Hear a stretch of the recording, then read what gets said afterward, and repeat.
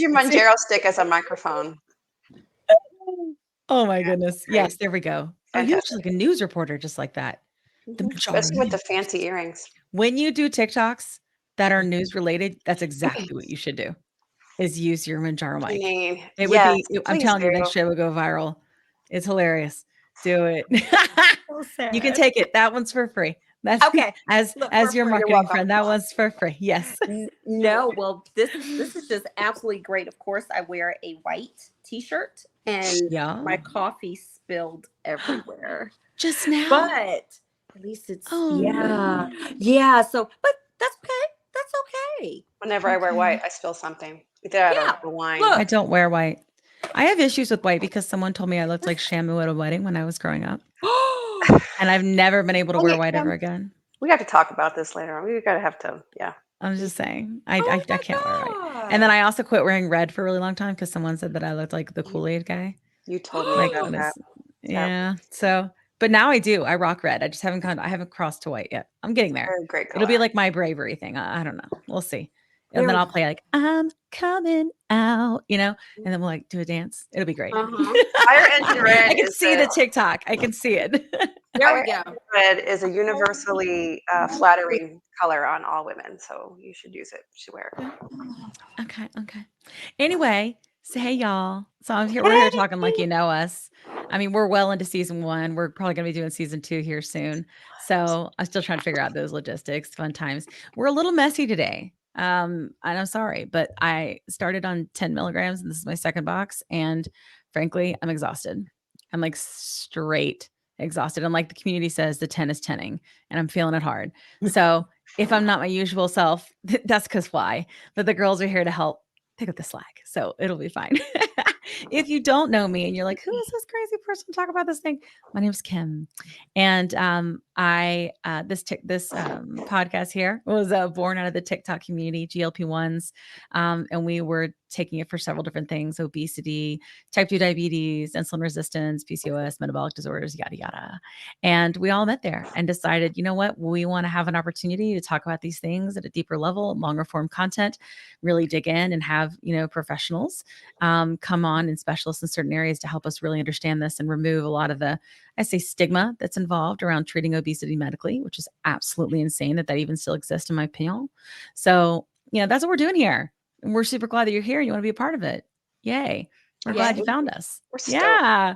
If you want to hear more about my community story, it is on the first episode and you can hear, and that's what we do here too. So we have a community guest on every week and they come on and share their story unfiltered and uncut because we are not the news. We are a podcast.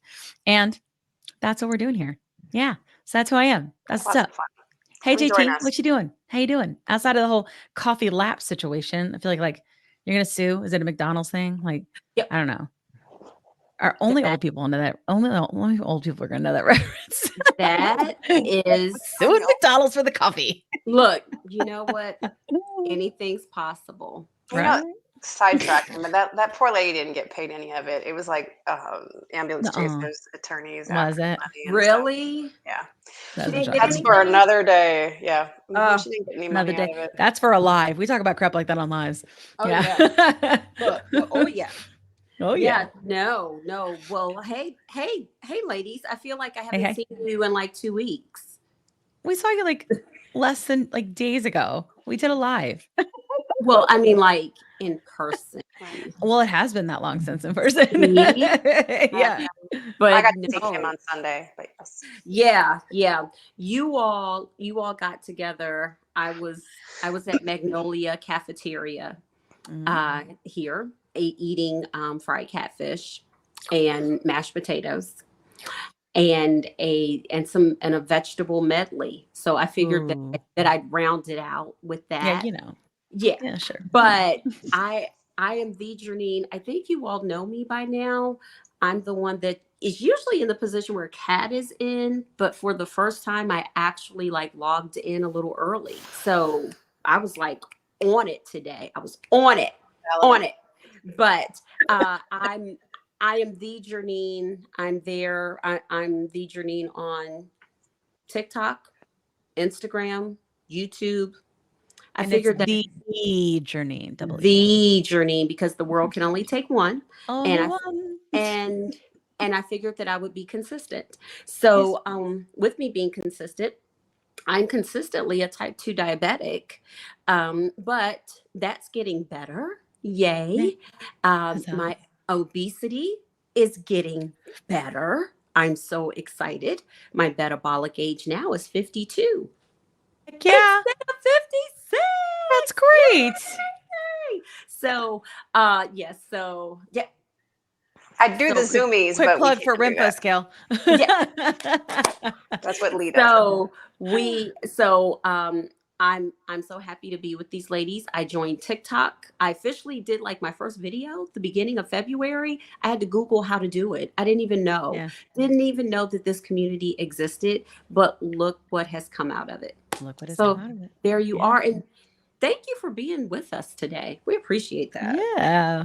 Yeah, we do. What about you, Really Kat? What's appreciate up? you. Who you at? What you I doing? really What's up? appreciate everybody. Yeah, hey. Just saw you on Sunday, Kim.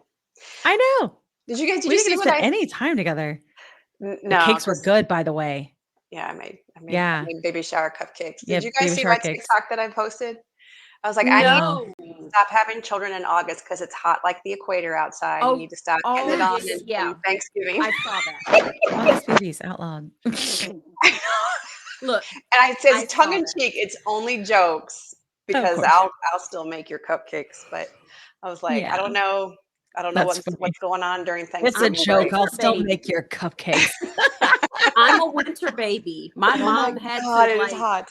struggle through pregnancy through the Mhm. entire summer with me. My dad traumatized me when I was young. Well, he's like, you were conceived on New Year's Eve. Oh my God, Oh, My dear Dad. mom told God. me the same thing. I was like, I don't need to know that. No, that's TMI, y'all. That's why I like the party. Straight I really TMI. don't. Thanks, Mom.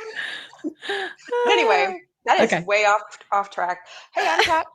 Hey, Kat makes I'm cupcakes Kat. I and make cupcakes. I'm Kat Carter 7 on TikTok. You can find me on Instagram, either Wait a Loudmouth minute. Bakes or Mrs. Kat Carter. Oh, MRS. I was supposed to do that, yeah. Mhm. And no, I was just drinking. say hi to our Look, AT alien. let her check. Oh, that's right. Our mascot, the AT I alien. The I AT moved alien. everything around with his Prince Yeah. theme. I always with my Prince shrine behind me. And I've been a binger forever. Mounjaro is really helping me not binge, along with therapy and other things. And I've lost 65 pounds. Congratulations. That's awesome, Woo! Kat. Yes. So this medicine has definitely changed our lives, brought us together, brought us amazing friends and a supportive community that have helped us change, I would say, like behaviors. I don't like to call them bad habits because I think that they only existed because we were sick, you know? But I think just creating new habits and healthier habits have been possible to make them and keep them and move forward. And like having the support system has made all the difference in the land, for me this time, I would You're say. not bad This habits. time is the Call last it. time. Yeah. Yeah. Mhm. Yeah. The Yeah. last time. So let's go ahead and move to the next part. Now, before I get started, even though we have doctors on often on this show that are guests, they are doctors, but they are not your doctor. This is not meant to be medical advice, but it is meant to help you feel like you can advocate for your health and ask the right questions to your doctor. Okay. Mhm. So that's what we're going to say going forward. Also, and I should mention this, we're going to talk about emotional eating today. So we're going to talk about the intersection between emotional eating and endocrine therapy or GLP-1 therapy. Okay. And we're going to have Dr. High on with us to talk about that after we meet with Cory to Exciting. discuss his community Yay! story. Hey, Hey, Cory, welcome, What's welcome. going Hi, on? Hi. Cory. We're so Hi. glad to have you. Hi. Hey, this is surreal. Can I just put it that way? It's, this is really, really Did you trippy. see us on TikTok? Well, yeah, I mean, you guys are on my, on my feed. Some of the first people that I followed. So this is wild. I'm still trying to wrap my head around it. I'm pretty new to TikTok. I'm an old guy. So I'm still, it's like, what's happening right now? You know what I mean? So, this is really, I yeah. like your TikToks. I was like, Thanks. I vibe. love Sold. your content. Yeah. I love Yeah. it. Yeah. Oh, so great. when you put your kid in your pants, Ah. you saw Yeah, that well, was I didn't see that. hilarious. I didn't It was see so that. funny I because that's don't how wanna much like drag how them big his into- pants I don't, were. want Yeah. to drag my kids too much into my pathos. You know what I mean? But He's so they're my kids are adorable. I mean, I know I'm supposed to say that. Yes, indeed. I want to share them with the world, but I mean, it's just a crazy, kind of medium and landscape and you mentioned just coming into this community and all that kind of stuff and it's been I don't know, you just all the things you summed it up. I have nothing to say. You told my whole story just now. No, So, that can't happen. No. so, I can get some filler in here for you. So. Okay, good. Yeah. Well, we're super glad to have you. As I mentioned earlier, like one of the reasons we wanted to start this is because I felt like people were taking like clips of people's testimonies on TikTok and their like stories of their lives being changed and like cutting them and shrinking them to fit their story and their angle and their agenda.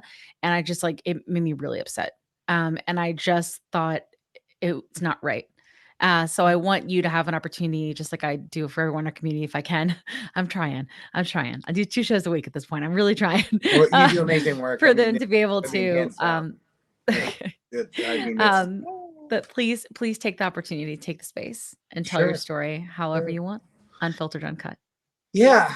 So I guess I'm gonna wing it like I do everything, right? Yeah, wing it.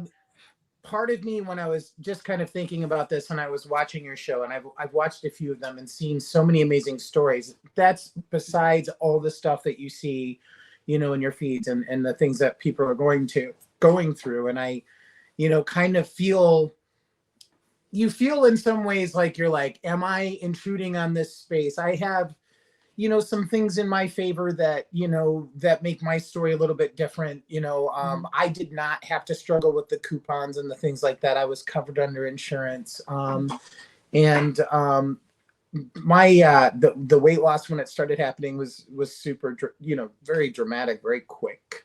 Yeah. And so that's just, I don't know, that's just the whole thing. But, this story, for me, I think like it is for so many people, you start, young. Food has so many, just ties into our lives, right? It's a family thing. You get together, it can be associated with powerfully strong memories and good times. And it's also a place where sometimes you go into a dark space and, you go there with food. My parents, my dad was, and still is, very disciplined, military guy in great shape, phenomenal shape, great self-control. My mom, on the other hand, always, I mean, we'll say, just very unhealthy weight, she knew it. To her credit, like just soldiered on and did what she could. But, in her later years, it became something that was, just a problem. And when I think about growing up, one of the things that she would do, my dad kind of strict, a perfectionist, expecting a lot from us, and kind of hard on you, you have these expectations. And then mom, nurturing, warm, supportive, cupcakes, food. And all that kind of thing. So it was kind of natural, I guess, that I developed a sweet tooth. But like, for me, I think maybe it was a little bit different than like, I know my sister wasn't sneaking downstairs in the middle of the night to raid the ice cream sandwiches or punch holes into Hawaiian bread loaves and things like that. And it's not like a formative memory I have, but it's something that I've remembered kind of looking back. I'm like, yeah, they hid food for me. You know what I mean? Like, and rightfully Get it. like, Wow. So I have always kind of, at least when I was younger, I was active. I played sports in school, and then just was always kind of like a high energy kind of person. So and then I worked. I've always worked like physical jobs, warehouses, things like that. So I think for me, for a long time, I was kind of able to at least hold some of these, things in check, just by just pure activity. I don't think I have any kind of a crazy good metabolism. But I think also maybe what happened in my particular case is that I just kind of was born with a frame that kind of stores stuff in, less obvious places. So there would just kind of be like weird little times, I'd be like, oh, I don't know. I never thought of myself as necessarily like anything, you know what I mean? I was focused on other, stuff, just trying to, figure out what I was doing with, say, music or art or, chasing love or doing things that you do. But, every once in a while somebody would say something, a friend might be like, whatever, fat ass. You'd be like, what, really me? Like, and then you kind of be like, I don't, like, and it creeps. But it creeps a little bit, you just, it's, at first you're just kind of like, oh, and then I don't know when it starts to really penetrate your mind and you start looking at yourself in the mirror and you can't even. Do you remember when? See, I'm old. We're all like, like Gen Xers here, right? Like, yeah. So, like, it's safe to say we all. Yep. I remember there was an invention called the True Mirror that came out. And it was supposed to be a big deal because all mirrors are distorted, right? You see yourself reversed. There's some degree of warping or distortion that happens, and they had come up with some scientific method that had created an image basically that was how other people really saw you, I guess. And people would look at this and break into tears and just like, because we never, I guess the reason I'm bringing it up is you just don't really ever know what you look like, let alone like, people's, kind of feelings and perspectives that kind of color that, right? And yet we're, you're kind of, we're meant to be these kind of avatars and understand and, live in this space, but you don't know what you look like. And then I don't know. Then, it just, but I am sorry if that just doesn't make any sense. No, but, it makes total sense. It's like that. Sense. It's like that filter they have on TikTok where you have it inverted. You know what I mean? Have you seen that? It's the same idea as the mirror, yeah, right? and, Like people are like, yeah. So for me, I just total you sense. start to it starts to kind of creep on you, and then that's I don't know. Is it that first time you like you have trouble tying your shoe, bending over, or that that grunt, that's worst. Your clothes are rubbing. How did this shirt shrink so much? How's this even possible? I just bought this. I watched it once. What happened? I watched machine curse, and and you start to it just starts to build, right? You start to clothes shopping sucks, is an ordeal. People are judging you. They're looking at you.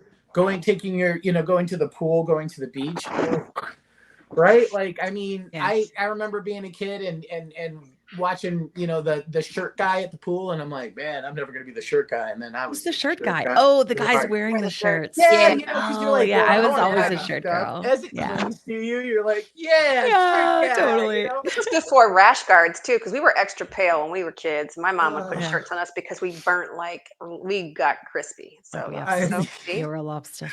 Yeah, a crispy like a recent thing for me. I think I was, I don't know, having a darker complexion and stuff maybe before the ozone layer completely burned. But now I'm just like, I feel weird. I'm like, are black people supposed to wear sunscreen? I'm like, I don't, it wasn't part of my culture coming up. You know what I mean? Like, we did not do that. Exactly. They did not. And I don't want to. You kind of don't want to. It's like you don't want to be in there. Like you're like, it's like a kid buying like condoms, or you're like just like.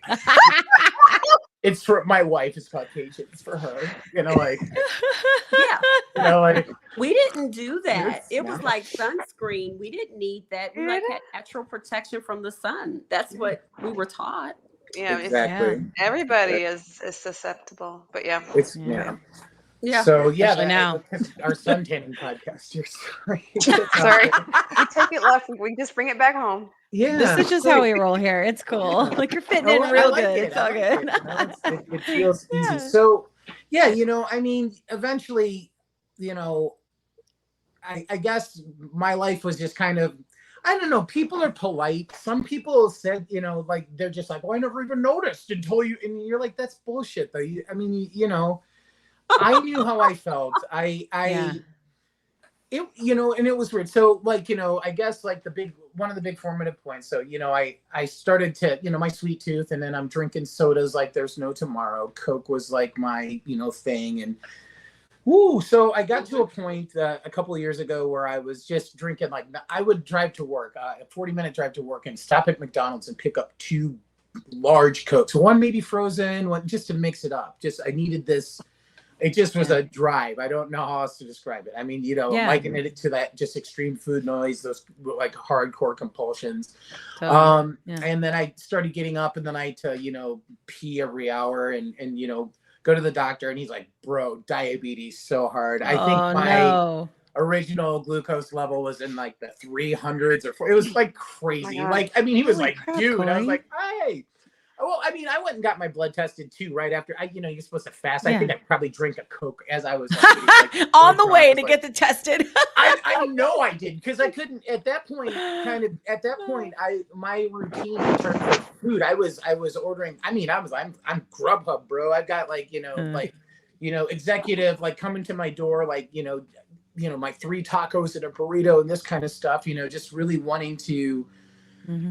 That comfort that you get when you find those things that you really, really like to eat and just that flood of just the endorphins. I think it gives you a little rush. Yeah. I mean, not rush, but serotonin. I mean, it's something. It's something. It's a lot of things. And, as we are learning more, or, at least I'm learning more about, kind of the obesity science, end of things. Yeah. That's one of those things that makes this whole thing kind of vexing. It's like, all right, well, we're told that we're supposed to just kind of, everybody has a different body type. And so, this is true too. Like, there's healthy weight and this and that. BMI is definitely not something you should be living your life off of. But at the same time, it's like, you're not in control of this necessarily either. You know what I mean? Like, it's not you just being like a little chocolate boy with the break into the fridge like that. That compulsion like was a hardcore drive. I mean, I don't.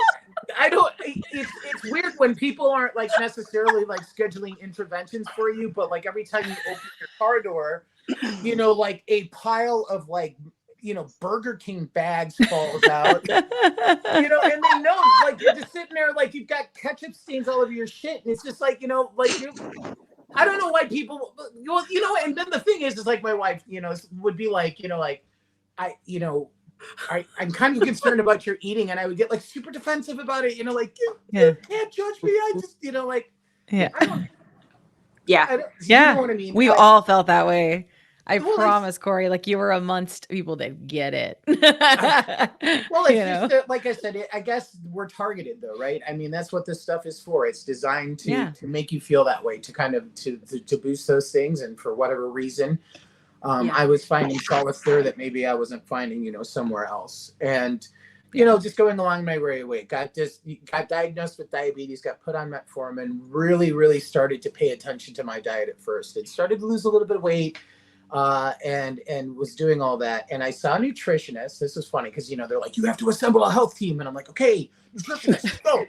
So she was all like, wow, that you're great. I love that you're on the right path. You're changing stuff. Usually you have to drag people in kicking and screaming. And I'm like, well, I saw the foot guy and he told me he was cutting off toes. So I was taking that shit pretty seriously. I'm like, so but she was like, this was the first hint. She goes, there's this drug, just so you know, for insulin that people have been losing weight on it. And she was talking about Ozempic, this was a couple years ago. And I was like, oh, well, do go on. I could use it, and she's like, yeah, it's an injectable. And I was like, okay, no, thank you.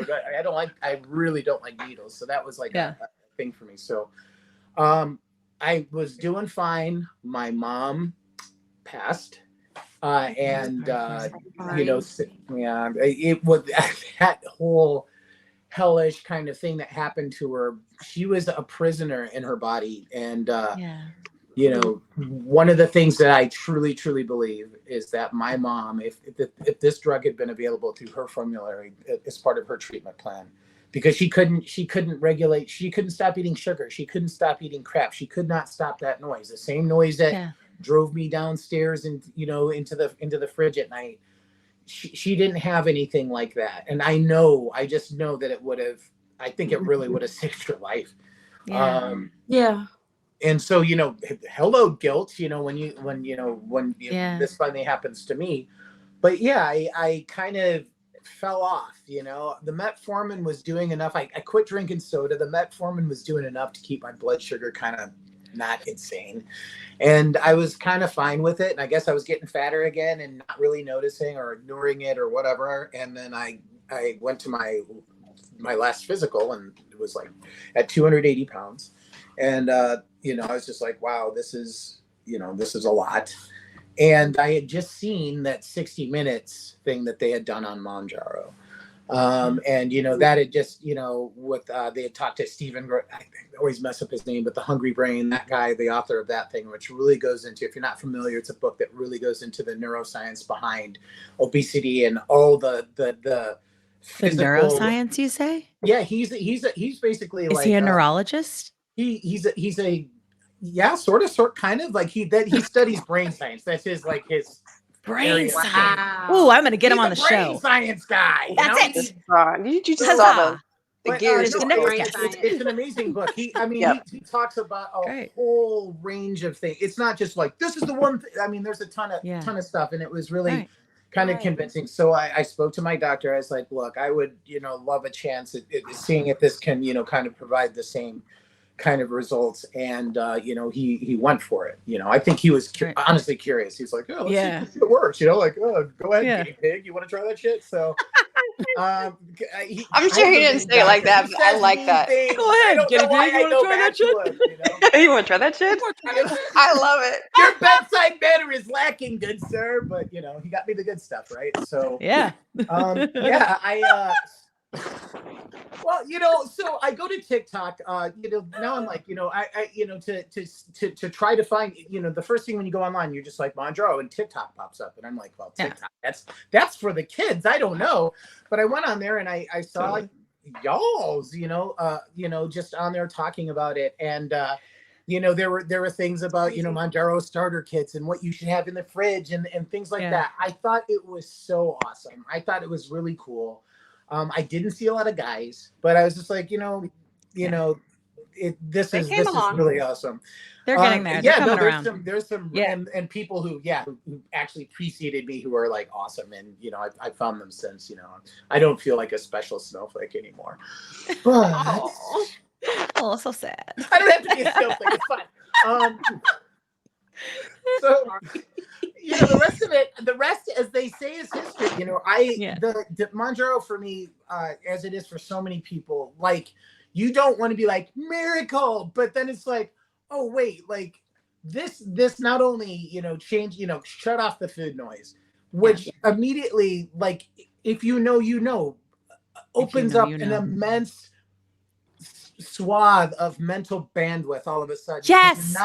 You're not, you know, focused on this stuff. Now it's like it's awesome. I love that you were talking about habits earlier, because I think that, like, you know, at some point, you know, and this is where I'm kind of at right now in my journey, you know, I, you know, lost 70 pounds in 4 point something months, you know, and wow, my goodness. Wow. That, let me tell you, you know, I don't want to be like, wow, poor me, but it messes with you you know, like, I just feel like I'm in all these movies. I'm like, it's like Thinner, you know, I'm like, I pissed off a gypsy, and, you know, like, I have to sell a pie now. You know, like, but it's you.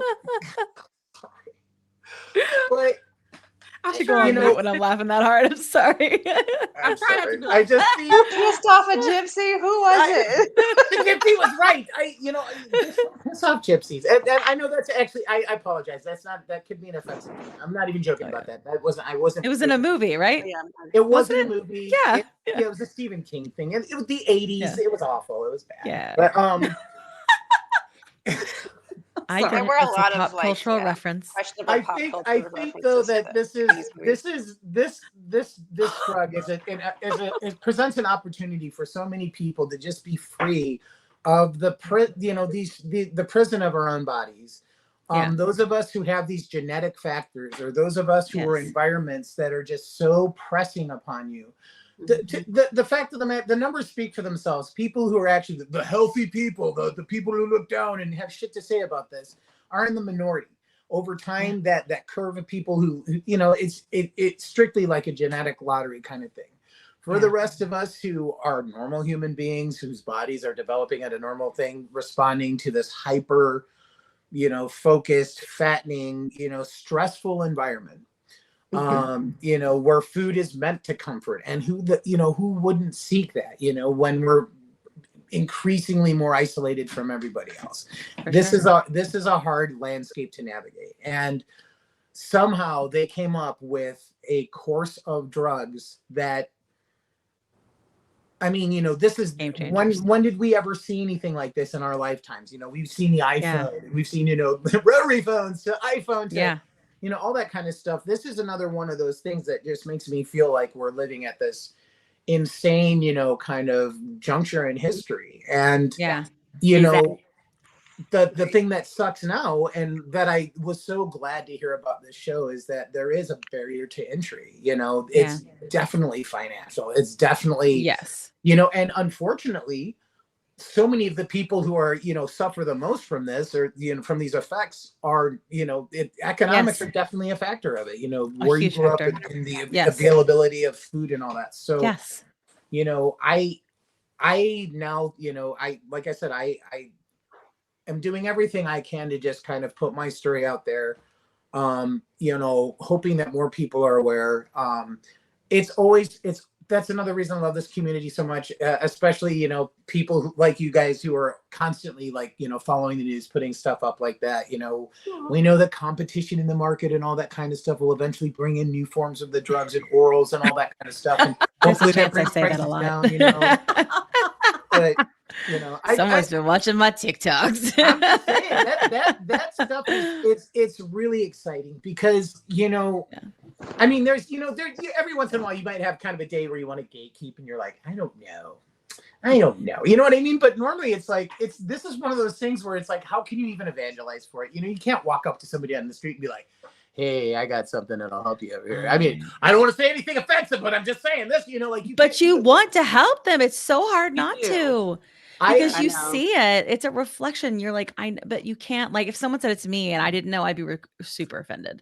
Okay. I try to flip it on myself, but we took our kids to a water park. This is like the first. Now this is like post a lot of this weight. So I'm back to not being the shirt guy. I'm actually like kind of like, hey, all right. And like you're wearing sunscreen though. What's that?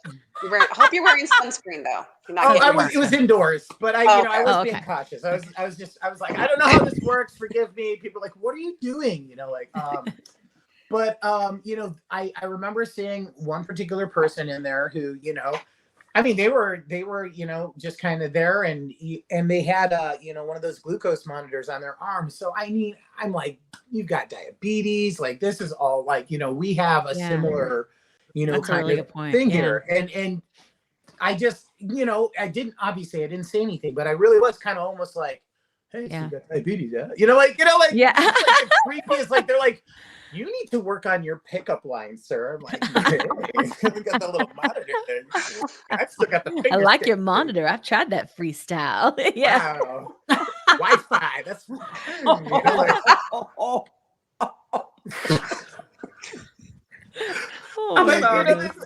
that's funniest guest award. Truly. Well, I just am over the moon.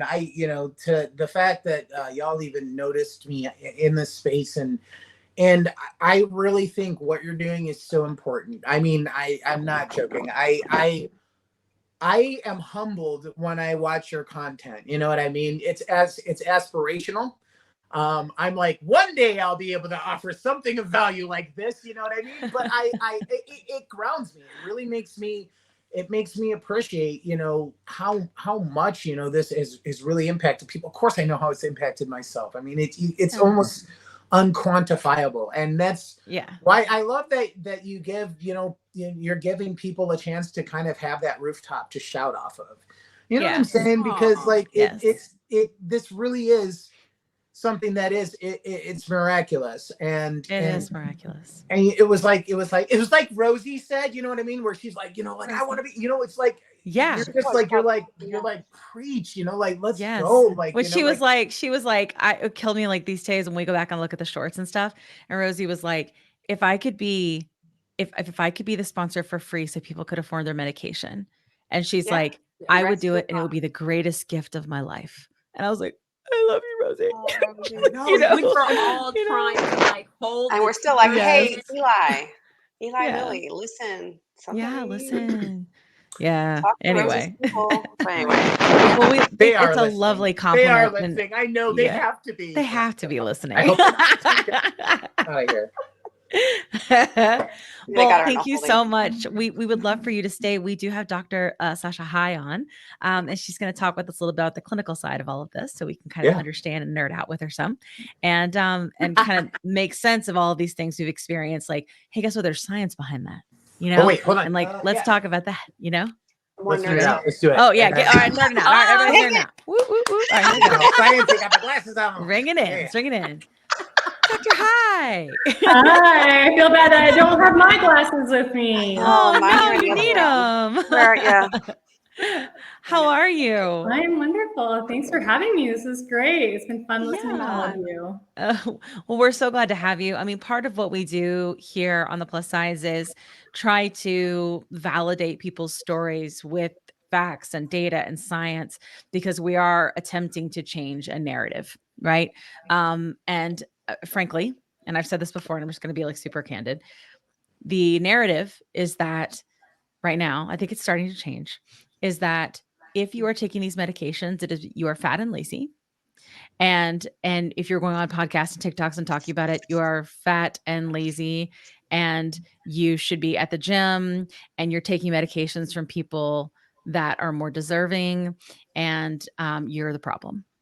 And the only way I've ever seen to be able to change those things is to come at things with logic, right? Mm-hmm. So that's what I'm trying to do here, like combine the story with the science, and like that's where you come in. So speaking of that, could you tell us a little bit about yourself and a little bit about what you do, and then everybody will understand why you're here. So all right. Well, I am. I'm an internist and an obesity physician. I've been practicing obesity medicine since 2012, and I trained at the University of Toronto, and I'm based just out of Toronto. And my interest is really helping women with obesity who've been harmed by like toxic diet culture and who have developed disordered eating behaviors. And I use cognitive behavioral approaches to address disordered eating, like mindless snacking, binge eating, compulsive overeating, even emotional eating. And we equip women with these tools and really empower them to create their healthiest habits. And so my whole approach is really managing weight from a place of like kindness and honoring your body and loving your body, as opposed to like the shame-based approaches that we've seen in the past and kind of hating on your body. So that is what I do. My program is called Best Weight, and it is available across the world. It's a combined coaching and medical program. So for all of our Canadian clients, we have physicians, obesity physicians in every province who do the medical side of things in terms of medical supervision for the GLP-1s or any other anti-obesity medication that we might be using in our toolbox. And we really look at that comprehensive approach to creating your healthiest lifestyle, addressing the emotional and the cognitive side of things, as well as the physiological side of things. awesome. Thank you so much for explaining that to us. So in terms of like these sort of unhealthy cycles, like how does diet mentality, like the whole idea behind like the diet culture, how does it keep us from having like these healthy habits? How does it make these unhealthy cycles like happen and continue? Yeah, I think it's rooted in like diet mentality was rooted in needing to create a certain aesthetic, right? Like it really was never about health. It was about creating the way, primarily women, but how a woman's body should look. And the answer to creating that aesthetic was that you just need to eat less, right? Eat less, exercise more, which everyone has heard. And that's all about restriction, right? And restriction feels terrible when you try to do that over a long period of time. It feels like deprivation. It's about food rules. You follow these rules and you'll lose weight. And anytime we have rules imposed upon us, we have this part of our brain that's really wants to rebel against mindset. It's like, I call it the toddler, and the toddler's like, don't tell me what to do. Like, I'm following my own rules. And so we have this sense of like, yeah, like, screw it, I'm not going to follow these diet rules. And so the diet can only last for so long, right? Because it doesn't feel like it's your values and like what you want to be doing. It feels like something that's imposed on you, and human beings just don't really like that. So that's a super good point. Yeah. It just does. It has to feel good for you to continue doing it. Otherwise, you're just not going to continue doing that for the rest of your life. And there's so many problems with it, right? Like even the idea of like diets create good and bad foods, or maybe we label that in a nice package and we call it like red light and green light foods to make it sound better. But really it's the same thing at the end of the day. It's like villainizing foods. And then if you eat those foods, you're now a bad person. And so then guilt and shame enters in, and all of these emotions just lead to very short-term interventions, because no one continues to make positive changes from a place of shame or guilt or feeling terrible about themselves. Yeah. Wow. Well, building on that, you mentioned cognitive behavioral coaching with your practice. Could you touch on the definition of cognitive behavioral coaching and what differentiates it from other approaches to therapy and coaching in the realm of, oh my God, I want to say diet, but not obesity treatment. There we go. Yeah, absolutely.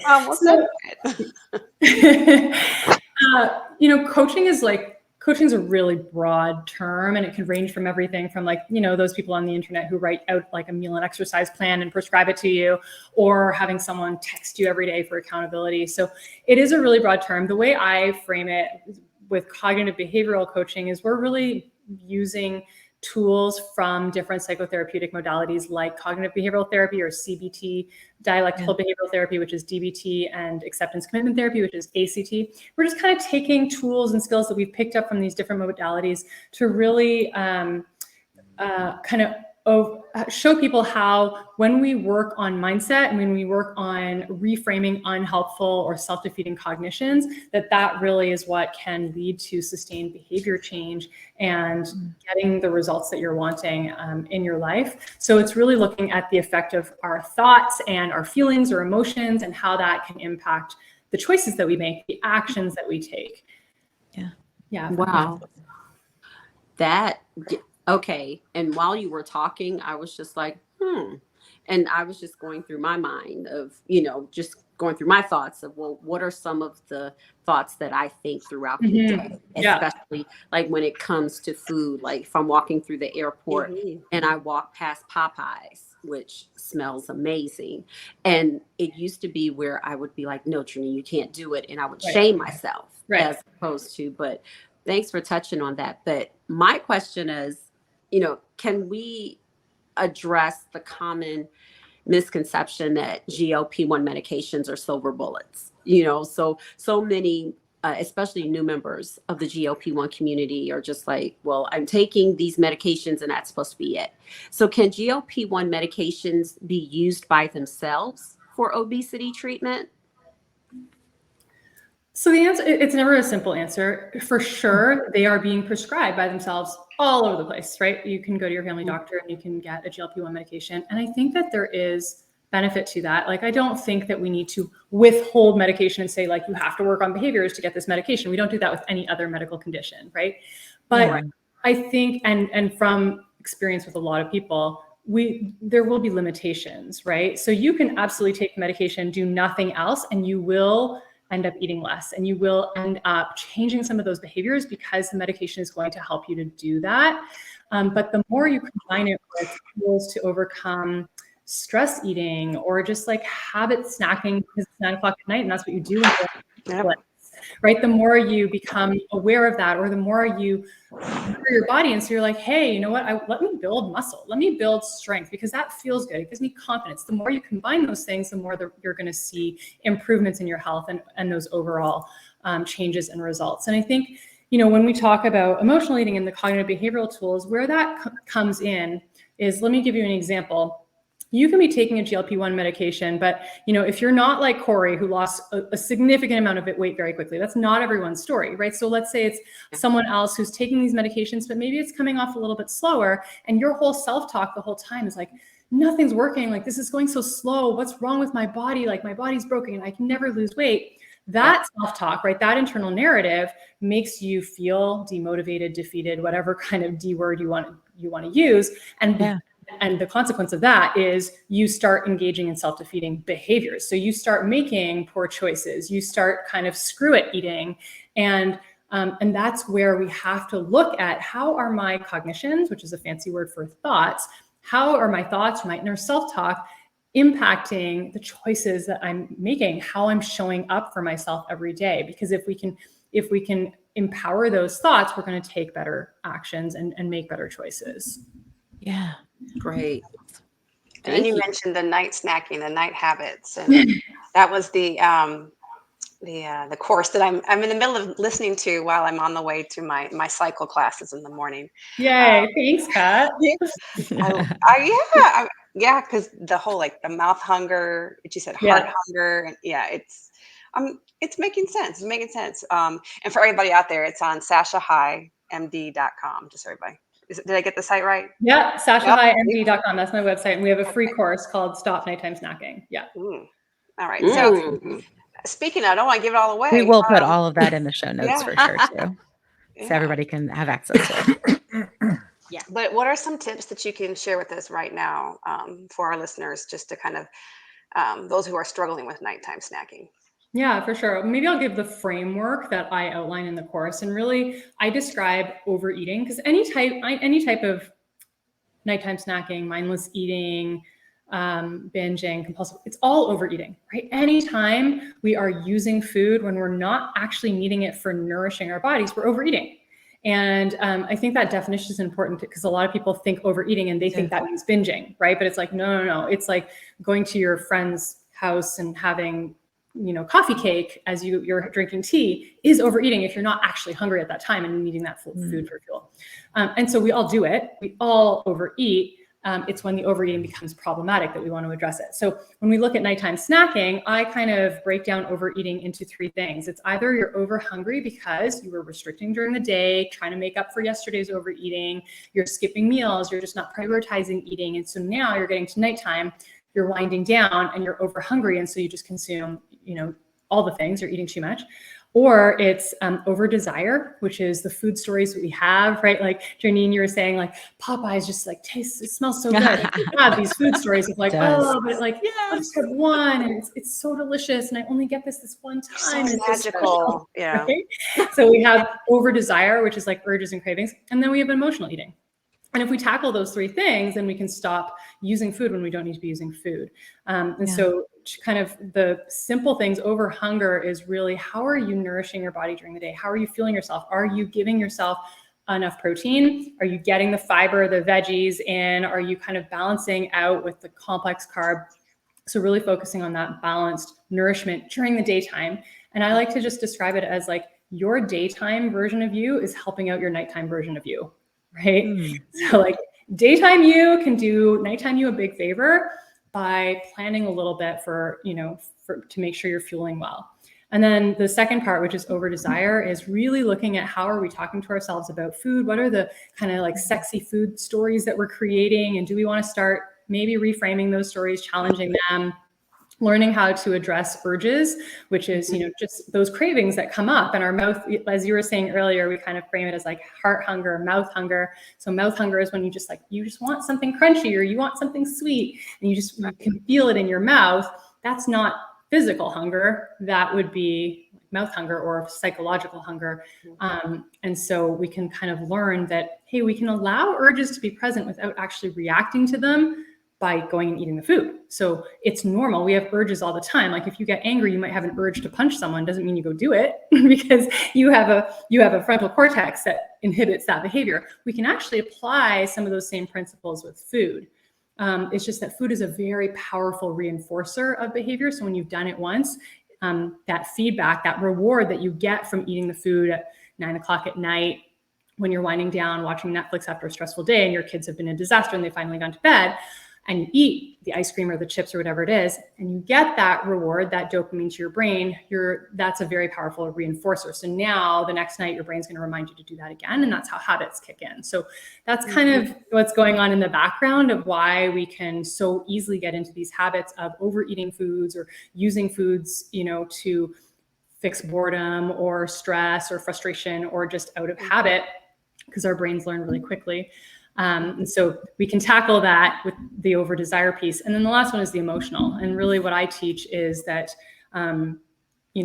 we need to learn how to feel our emotions. And because none of us learns about emotions in school at any point, we become these adults who have all these emotions. And all we've heard is like, don't cry, or, cheer up, be happy.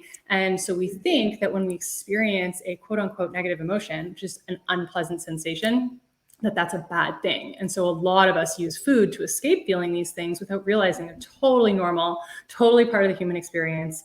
And so we actually just need to learn some skills for how to allow those emotions to be present without needing to use food to distract from them.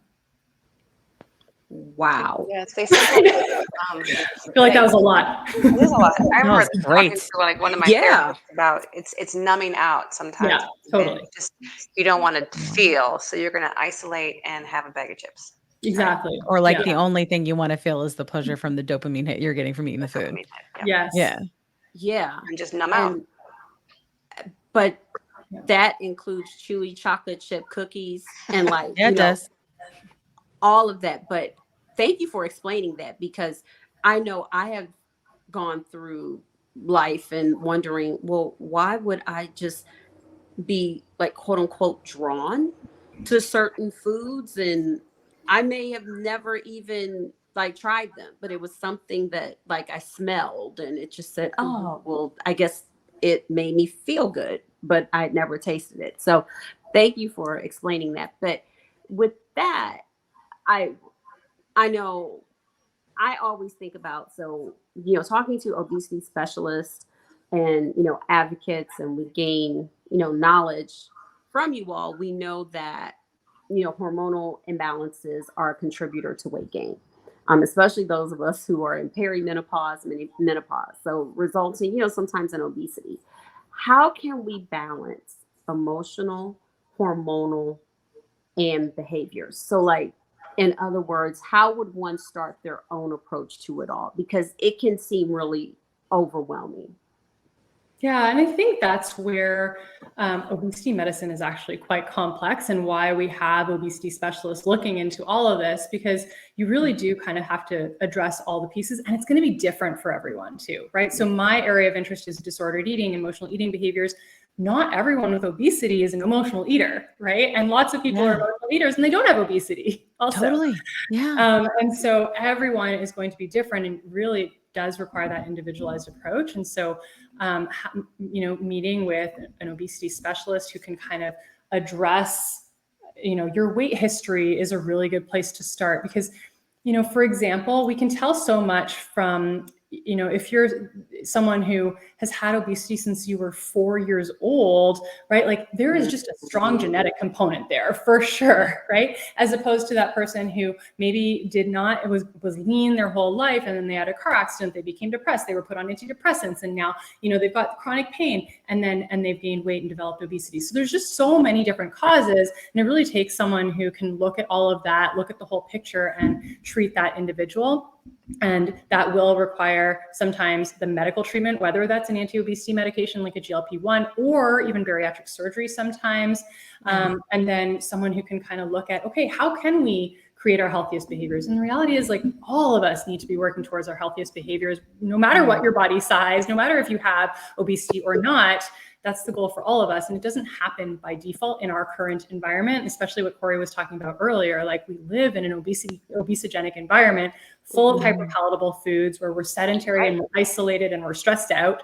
Everything is conducive to not our best health. And so we have to be really intentional about that. And then others of us have learned that food is a really good coping tool, right? To get through hard times, or to not even just to get rid of negative emotion, but to create positive emotion, right? Some of us, food is like the most fun thing that we've got going on in our lives. And so we have to look at that too. And so we kind of have to tackle each one. And rather than that being really overwhelming, because I know it's like, well, where do I even start? I think the starting place is just choose one of those things, right? Just choose one of those things to start looking at and get the support that you need, whether that's from a therapist or from your physician or from a nurse practitioner. Like there's, there are many more resources. And I think that's the exciting thing about this field. Since I've been practicing, like we used to have no tip, like we had nothing to offer people when I was first starting. Like we would just give them a list of 200 calorie snacks, and like that was the extent of it. We'd give them like a calorie match, and like that was all we did, because that was all we had, right? Yeah. And so the hope message is now we have a lot more. We have a lot more tools. We have a lot more medical treatments that we can offer people, and physicians are. It's a slow turning of the tides, but it's getting there, right? So reaching out to your physician and then asking for a referral to an obesity specialist if that's needed, I think is a good place to start. That's awesome. I was listening to Cory's story about food noise and about his mom and the struggles there, and I completely like relate to that. And I think you're in TikTok world. Like food noise is probably like our most favorite thing to talk about, because I think that's that miraculous thing, that miraculous feeling that we feel, because we didn't even know how loud it was until it was off. And I've been very fascinated by when that turned off, what my brain has been capable of doing, the energy I've been able to put in other places, the behaviors I've been able to change legitimately. I am amazed that I could not make these connections in my brain to make behavior changes until now. Now, I am one of those people who's always been obese. So like I've always been big. I was a 10-pound baby. Like I'm just a big person. But that big person, like it obviously grew and grew and grew. And I wanted to say that like I've sort of been trying to like explain it to people, right? Like what this has been like, because people ask me, right? Especially like in my real life world, people asking me now, because they're like, you have a podcast, you interviewed Rosie O'Donnell, tell me all the things, and I'm like, okay. But like, I remember the moment I felt the emotional tide of food sever, just like a cut a cord, just like that. And I did not know what to do with myself. I didn't know how to soothe. I didn't know how to do anything. I was like, what am I going to do? What do I need to put in this hole, right? To fill this void. And the answer was myself, right? Like that I didn't need to fill anything else. I was plenty. And like being able to like have that realization and then make different changes has made like all the difference in all of this. But it was like with the food noise before, and I suffered from, and we do talk about binge eating disorder a lot on the podcast. And I suffered from that as well since I was 8. And I have always been like that, where I would, creep down to the kitchen, just like what Cory's talking about, or I would come home and I was a latchkey kid. I would come home and I would, fix myself 2 things of SpaghettiOs and bread and whatever. And like, I was like the one thing I could control, and I've just never been able to like break that. I have not done that in a year. Not one time. And that piece of that miraculous piece, because it was like before, if I was a car, it's like I only had drive, right? It was just eat, consume. And then once I got to these medications, I remember being able to gear shift. Like I was driving to get my hair done, and I was like looking at all my fun little yummy places I have when I'm having my me time, not my mommy time or my wife time, or you know what I mean? And it was just me. And I was going, and I remember going, oh, I want to go over there and get like a hot dog or something. And then I went, no, I don't think I do. Yeah. My brain does not work like that. That blew my mind. And it was in that moment that I realized I could change everything. Like, but I knew that this was the tool that I needed to be able to make those changes, because people have been telling me that forever. Like, you don't really want that. You don't really need that. You really don't. And I would be like, no, I do. Like, it was just, I have to have it. Like and now it blows my mind, literally, like the differences and the changes that you can make. And like, I would love to know if you have like any insight into like, what is that and why is that happening? Because it's incredible. And I want everybody to feel this way. Yeah, I mean, I think Cory mentioned it earlier, that that book about the hungry brain, and it really is so fascinating that obesity really is a disease of the brain, right? And there's the drive within the brain, where some people have more of that drive to overeating, and other people don't. And these medications are like putting you on the same playing field, kind of idea, right? Where it's not for lack of wanting to make your healthiest choices. It wasn't because you were a bad person who had no willpower. It's that your brain and the drive in your brain was different for the desire for these foods, and these medications really dial that down. And there have been studies looking at like loss of control around food, loss of control eating, and seeing improvements with the GLP-1 medications in terms of like control of eating questionnaires, because it's just kind of dialing down that like the wanting or the desire to go and get more food, so that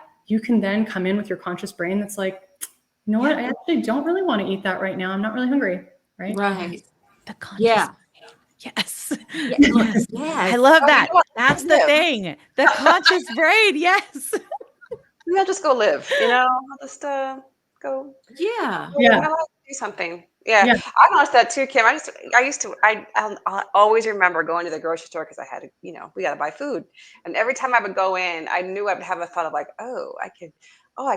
I could eat some cookies on the way home. I don't have that urge to. First of all, I make better cookies than any grocery store cookie. But anyway, but however, but there's like a zero desire. I just walk by, meh, Yeah. Meh. It was Yeah. just Awesome. something that Or you compulsion you almost have that kind of moment where you're like, is this what it's like to be a normal person? Like it's because that, I mean, I felt the exact same thing.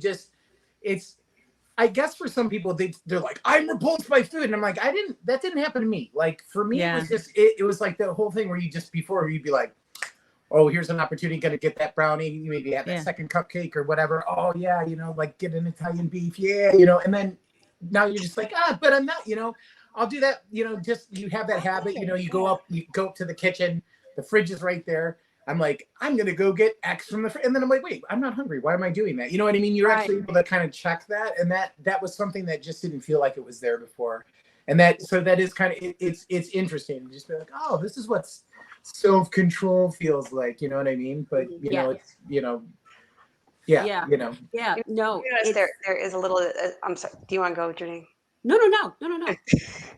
I do sometimes have that tendency a little bit, but it goes away. Like even if I try, I still have this neuroses, I guess, in my brain that says, you know what?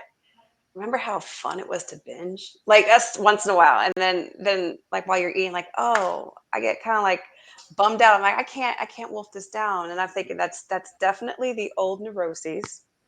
And so that's when you stop. So I do sometimes it tries to creep back. It's like those little, like a horror movie where that little thing tries to like pop out of your stomach or something. Oh gosh. I don't, the alien, I don't know. I don't know why I'm just having a moment here. Okay. But in any case. Look, aliens popping out of stomachs.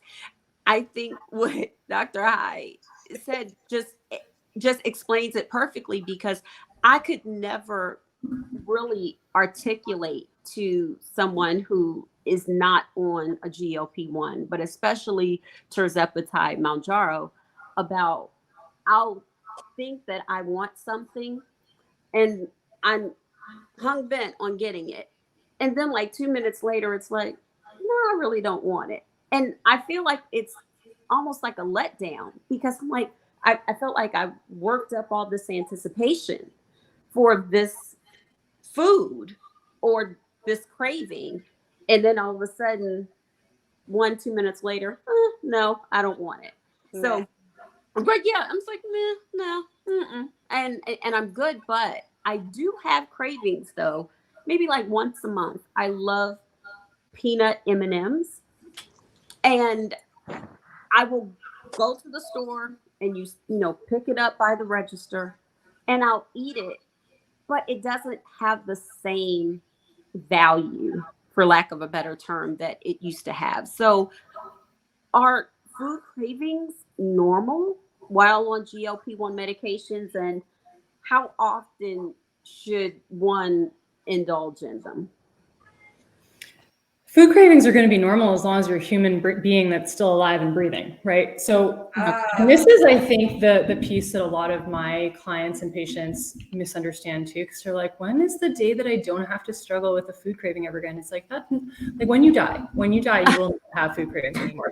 Oh, wow. Do they wind down? Absolutely. Like the more, the foods that we eat are either going to jack up our cravings or create more peace for our bodies. And so there's a lot of value in addressing how we are eating if we want to minimize food cravings, but we can't escape them altogether. So we're always still going to have some cravings.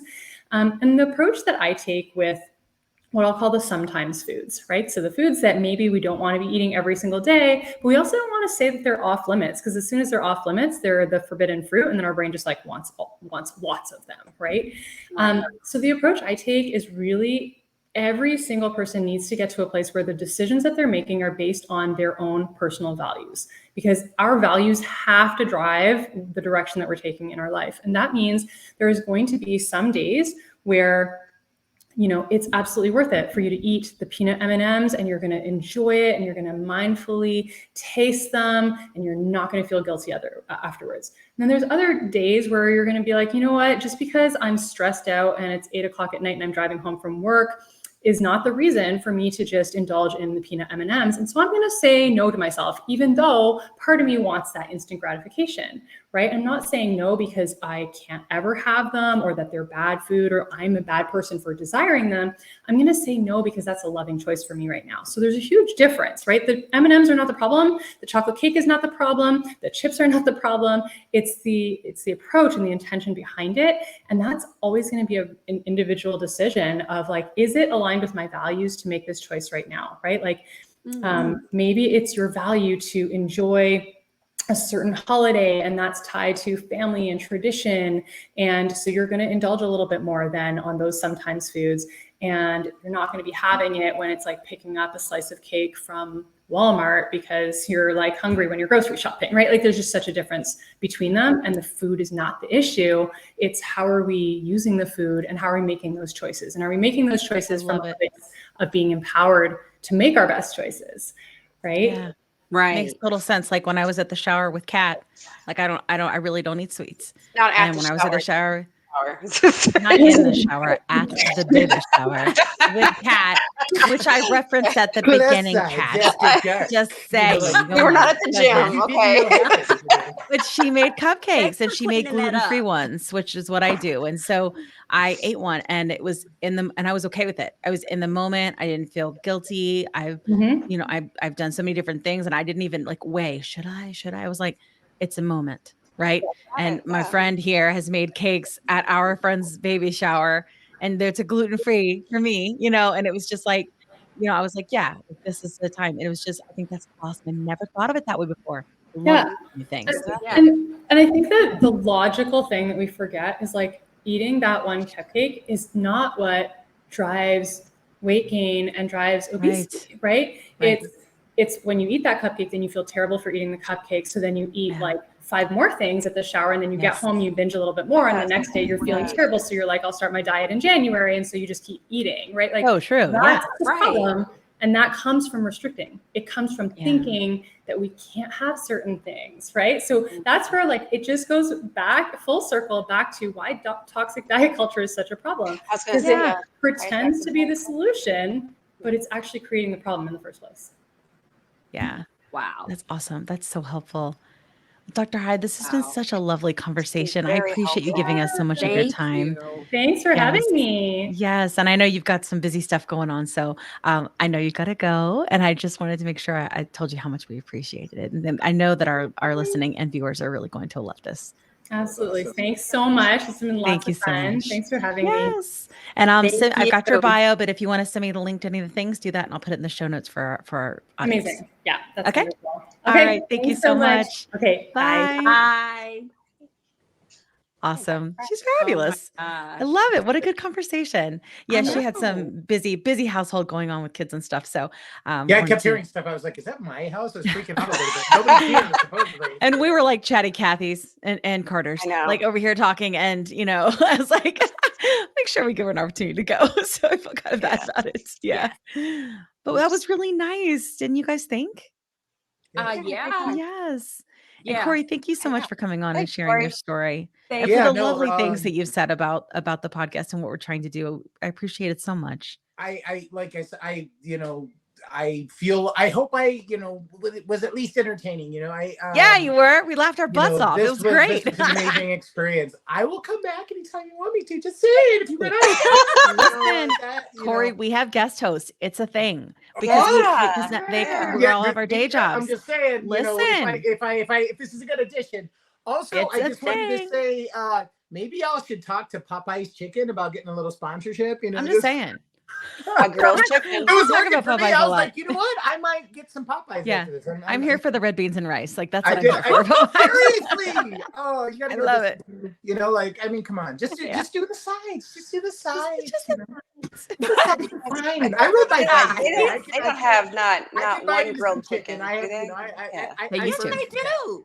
Yes, Do they they have more. grilled- They haven't had it in actually have forever. grilled chicken. They do? still do. They used to have Yeah, these but- things called naked tenders, and they were. I know, I delicious. get it, Corey. Like if you're going to go to Popeyes, yeah, usually. I mean, you're like, I don't know. I don't know. Out here, it's Bojangles. I gotta try it. Have you tried it? No. You're a Midwesterner, right? I don't stalk you, but I stalk you. Like I do see your TikTok. I know you're in the Midwest. It's a pleasant so- stalking. Yeah, so Yeah. no, we don't have Bojangles. They just the people are freaking out right now because we got a Raising Cane's. They're like, great, and I'm like, It's kind of meh. Raising Bojangles is still my Cane's. jam. Raising Cane's We're put talking about Chick-fil-A and okay. all of them to shame. I'm JT, telling that's you. sacrilege. You can't talk bad about Bojangles. No. Look, for me, I guess. Look, no. Well, there was a hyper local place by me that there's a place called the Village Tavern. It's in Schaumburg, Illinois, and they do this thing with these Schaumburg, chicken strips where they're ripping off the whole hunks, and they have their breading is on point, but they have their secret weapon is this honey mustard that is just it's I've never seen it. I've never met its equal anywhere across the land, and it's funny though because of this. I was actually in my town. I was like, maybe I'll go do that thing. I was like, maybe I'll go to the Village Tavern and get some chicken fingers, and I'm like, Yeah, that's the thing, right? You go.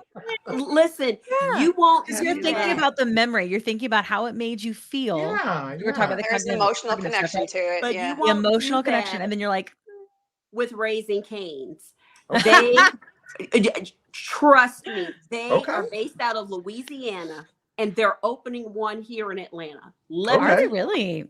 Ooh, It- plus sides. We need to do that. We'll go to Raising It Cane's changed and raise some my canes. life. Raising And when they said when you said Raising Cane's, I was like, "Ooh." I You saw caught it. You the were like, spirit. I "Ooh, saw that. I was like, you that's did something get the wrong. spirit. I was like, saw it. Look. It was like, hallelujah. yeah. I The sure spirit did. spoke through her. It was It's- there. Listen, A lot of mercy. look, Raising Cane's will give you your life. Wow. I'm Yeah. telling you. I'm You know, excited. there's Hey. speaking of You're of gonna chicken, take us there, it's- JT, Yeah. when they It's- open. I will. Yeah. Trust me. I will It'll be the a whole first thing. person. I'll be the first person there like this. Hey, Are they just chicken fingers? Just chicken tenders? That's how they sell? honey, chicken tenders, their sweet tea will I don't do make sweet you. tea. I'm originally from the Midwest. I did not grow up on You sweet know tea. what? Madness. Until You you said- experience it, Madness. let me tell you. People We- that I don't do have sugar unsweet. tea. Oh, look. Oh, it's Unsweet. just heavenly, fattening excited. goodness. All right, we'll do it. Also, And we're gonna be Raising okay with Cane's, it because looking it's for gonna be about a sponsors. moment. It's gonna be I about a know. value. Eli We're gonna Lilly, love it. Popeyes, Raising Cane's. Yes. Just have the chicken without your fries, go. I guess. Let's go. We're all on. team this. Save some Harness sort of- our power. Our marketing I love strategy. it. I love it. Also, Show me the it's money. been super good hanging out with Cory. And listen, like there are times where the girls all can't make it, and I need co-host. So if Hey. you're interested in being a guest co-host, like I would totally be excited about I that. will send you. Where do I send my resume? Let's do this. Girls, play hooky. I got you. You want to go? You out? struggle you with want to go you to struggle Raising with any Cane's? kind of I'll be here. metabolic in case disorder, you need to you're go in my to the- you're in my camp, you know? Nice. Yeah. No. I mean, seriously. I mean, no. I don't Yeah. think I could even come close to doing what you guys do. But yeah. I mean, if you need somebody, All We're right. now officially put you in our Slack I channel. like it. I know, right? We do this a lot. When people come on, we're like, hey, you want to come on again? They're like, yeah. So this is good. See, sold. Done. Nice. Love it. Nice. Done. Awesome. Well, thanks for hanging with us. We're going to wrap up the show and I'm going My to exit pleasure. you stage left or you so right. I don't know, much. depending on what size you're looking at, Goes back to that mirror thing we talked about, Left. right? What are we looking Oh, at? that's a good one. There you go. Are we gonna star wipe me out? It's like, and scene. Oh, wouldn't that be great? If I knew anything about any of this and how to do those fancy things, that's exactly what I do. Here's your special effects. Close up, zoom. Have like your little head and Right. go, you be gone, There he goes. There he goes. Oh, chairs with wheels. What a world. Right. Yes. Awesome. Well, thank you so much, Cory. It's been really good having you on, and I will be in touch about said, Mm-hmm. Yeah, no, for When sure. we're guest missing. host situation. Yeah, Okay. I'd love to do it again sometime. Bye, you guys. Bye. Thank you. Bye. Bye. That was fun. Oh my God, that was so fun. Love it. I love it. What a good time. We learned stuff, talked about behaviors. I like it, Mhm. because I think that's something we have to consider too going forward. And we're seeing this as people have been in this 6 months, a year, and then some Mhm. at this point, right? Was specifically with Mounjaro, right? The others have been around longer, Yeah. but we're seeing it. They're getting closer to maintenance, right? And they're getting closer to what that world's going to look like from it. Because if you're not, like, especially if you always struggle with weight, like if in my mind, it's like, if I was always gaining or losing, what am I if I'm not gaining or losing? Like what is that state of being? Because I can't think of what that's ever been like before, And I feel like our friends that are going into maintenance, we're seeing like just because they're in maintenance does not mean it's hunky dory. They don't know that they're always going to get their medication. They don't know that the medication isn't going to stop working. They don't know if the behavior changes they've made are going to stick or not because technically they're sick and they need their disease treated so that they can continue those behavior changes, right? Yeah. And they don't know those things. So we have to continue to support each other and to help each other when we have. I think with behavior change, I always focused on is instead of being alone and instead of being quiet and wanting to blend in, and instead of beating myself up and going to bed early or going downstairs and eating like that change, I reached out to my community. And even though it was hard and even though it was embarrassing and even though it was vulnerable, I knew through that pain, something could come out at the other end. And this is what it is. This is what's coming on the other end, Yeah. Yeah. And I think it's good. And it's about having hard conversations and being vulnerable and learning together and healing together. And like, that's what we hope to bring you on this podcast, So we hope that you'll keep tuning in and hanging with us because Absolutely. we love it. And we feel honored to be able to do it. All of us do. So, Yeah. Yes. yeah. It's So a we do joy. our classic sign-offs.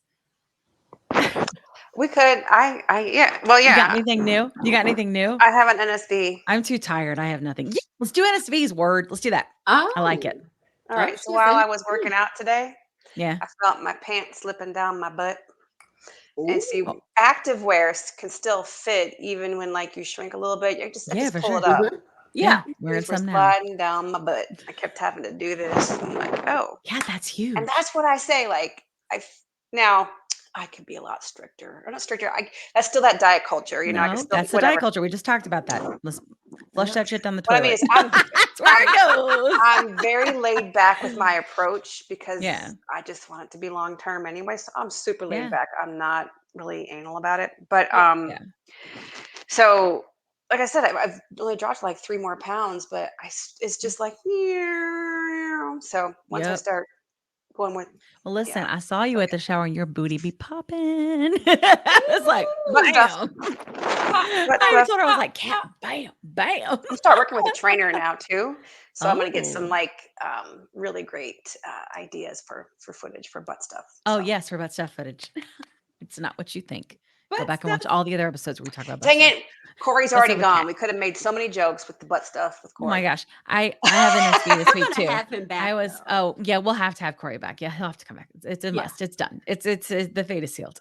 He's going Yeah. back. His fate is sealed. Yeah, his fate is sealed. Let's tell him. Look, done We were deal. all laughing our butts off. There's no way we're not. See, Mhm. butts off. See, he does butt stuff Butt- too. Yeah. Ta-da. Butt stuff. Yep. Yep. I had I guess NSV for me too. I had scale stuff too, but I'm way more I like the NSVs even better, Yeah. I have been really trying to connect with my body, my current body, because I look in the mirror and I still see my old body. And what I mean by old body is my most recent body before I started taking this medication. And so Mhm. I've been trying to get, and like a lot of times, my therapist has said, like, try to do yoga, try to do different things that make you like Mm. connect with your body. Right. And I think that's important, the mind body connection. And so, like, this sounds kind of silly, but this is like one of the things not that I'm not doing all the other things too, Mhm. naysayers, but something that I've done is I really wanted to do, like, a lot of our friends in our community do TikTok shop, and they try on different clothes and different sizes. And it's sort of like trying on clothes with your girlfriends, right? Like, but on Mhm. the internet, which I know sounds weird, but like, there's something therapeutic It about looks it like because you're having a everybody's lot kind of of going through the fun. same thing. So this constant level of support is there. You know what I mean? And Mhm. I never thought I would try on anything, especially on the internets. You know what I'm saying? And just the fact that I'm doing it, and like showing, and I tried on a crop top this week. I've got it on now. And I'm Ooh. like, and I still got lots of tummy, but you know what? It's okay because it's the body that I'm in. And I'm trying to celebrate the one that I'm in because we just don't know. We're not promised tomorrow. We just don't know what tomorrow's Mhm. going to hold. And so I'm feeling good and like more connected to this body, Mhm. and Mhm. that's my thing for the week. That's my NSV, I love you know? That's it. awesome. Yeah. What about you, JT? I had an NSV last night. Well, early this morning, waiting for Well, the employee bus at about 2:30 in the morning. fun. But Good times. yeah, I was getting ready to board the bus, and Mhm. one of my coworkers and sorority sisters saw me, and she didn't see me. She was like, I saw her, and I said, "Hey." She said, "Hey," like being polite, but Oh, I yeah. don't know you. Yeah. And I did have my mask on. I'm getting over an upper respiratory infection. So I was like, well, Yeah. let me take the mask off. Maybe it's because she doesn't recognize me because of the mask. Ooh, an unveiling. It's so dramatic. And I took the mask off, and her eyes went like this. And also Yeah. another fellow flight attendant that I know. And they both were like, we thought that was you, Janine, but we weren't sure. And I was like, oh, because of the mask? And they Yeah. said, no, because you look like a totally different person. Yeah. And I was like, You do look okay. very different. And it's not like I thought you looked bad before or anything like that. But when you did your video of your 6 months, it's a Yeah. huge difference, JT. Is it really? Yeah, it really is. It's really different. Wow. Like, I Well, probably wouldn't known it was the same person. Not like, I'm not saying like you look so drastically different that I wouldn't be able to like really look and see, but yeah. it's very different. I would not have thought that was you. Yeah. Wow. Yeah. Well, that means so So, much coming from you yeah. all.